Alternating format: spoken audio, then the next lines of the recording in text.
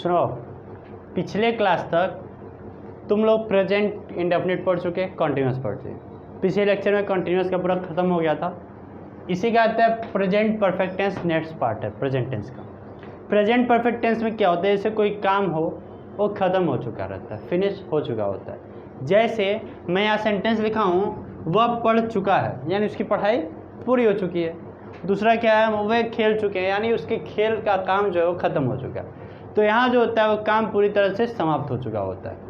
जैसे अगर पहचानना हो तो क्या करें, पहचान क्या है, तो इस टेंस के हिंदी वाक्यों के अंत में क्रिया के साथ चुका है, चुकी है, चुके हैं आदि ऐसे शब्द जुड़े रहते हैं। ठीक, या ये ई भी आता है, वो आगे बताया जाएगा। इस तरह के सेंटेंस हैं। जैसे मान लो ये लिखे वह पढ़ चुका है, इसको अगर ट्रांसलेट करना हो तो देखो लास्ट में चुका है मिल रहा, यहाँ देखो चुके हैं मिल रहा, यहाँ देखो चुकी है मिल रहा है कि नहीं मिल रहा।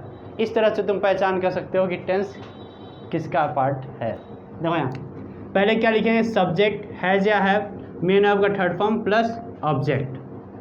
अकॉर्डिंग टू सब्जेक्ट हम क्या लगाएंगे, हैज़। अकॉर्डिंग टू सब्जेक्ट क्या होगा, हैव होगा। सिंगुलर सब्जेक्ट के साथ हैज़ और प्लूरल के साथ हैव, ये पहचान है। यहाँ देखो वह पढ़ चुका, वह के लिए क्या लगाएंगे, ही। और ही के साथ देखो वो क्या लगा है यहाँ पे, हैज़, ही हैज़।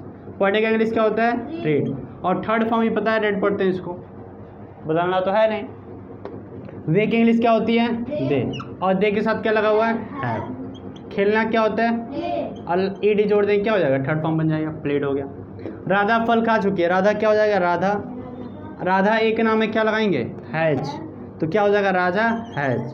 क्या काम कर रहे हो, वो खाने का ना, खाने का ईट होता है, थर्ड फॉर्म क्या होता है, ईटन। क्या होता है, ईटन। क्या खा रही है, फल। फल को क्या बोलते हैं, फ्रूट।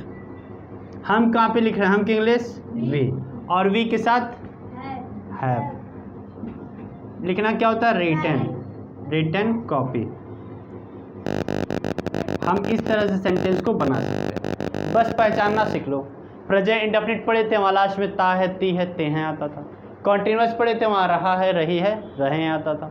यहाँ डिफरेंस क्या है, लास्ट में चुका है, चुकी है, चुके हैं आएगा। यही अंतर होता है, बाकी कोई अंतर नहीं है।